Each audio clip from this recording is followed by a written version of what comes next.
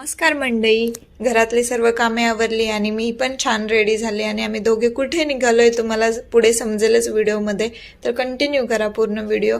जाताना ही तांबे गावची नदी लागली होती. मस्तच गावचं वातावरण असतं, चांगलं वाटत होतं. जाताना गाणी ऐकत ऐकत आम्ही 20 ते 25 मिनिटच लागतात. मावशींचं गाव आहे हे. मावशींच्या गावी आलोय आम्ही. किल्ले वसंतगड इथे मोठा किल्ला आहे. मी नेक्स्ट टाइम आले की तुम्हाला किल्ला दाखवेन. अजून मीही त्या किल्ल्यावरती गेलेली नाही.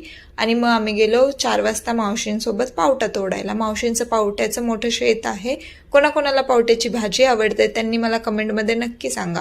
हा पावटा खूप चवीला आहे. मावशी आठवड्याच्या बाजारला कराडला असतात. उद्या रविवार होता आणि त्यांचा बाजारचा दिवस होता, म्हणून आम्ही सगळे गेलो पावटा तोडायला. तरी आत्ता पावट्याचा सीझन त्यांचा कमी झालाय, कारण थंडी कमी झाली की पावटा कमी येतो असं त्या मला सांगत होत्या. ह्या होत्या आई, नंतर मावशींच्या 2 मैत्रिणी वैशाली काकी, माधुरी काकी. आम्ही सगळी पावटा तोडायला गेलो होतो. ह्या माझ्यासाठी कोवळा पावटा तोडत होत्या, कारण ह्यांना आमच्या पावट्याची पावट्याची चिंब भाजी आवडते खूप म्हणून. नंतर मीही गेले घेवडा तोडायला. मला घेवडा कोवळा आवडतो, त्याची भाजी आवडते. इथं 2 प्रकारचा घेवडा होता. त्याला पापडी शेंग पण कोण कोण बोलतं, लाल आणि हिरवा. मग मला हिरवाच जास्त आवडतो. मी हिरवावाला कोवळा तोडला आणि ते घेऊन सगळा पावटा पण तोडून झाला होता. सूर्य मावळत होता, संध्याकाळ व्हायला आली होती. मलाही रिटर्न आम्हाला दोघांना घरी जायचं होतं.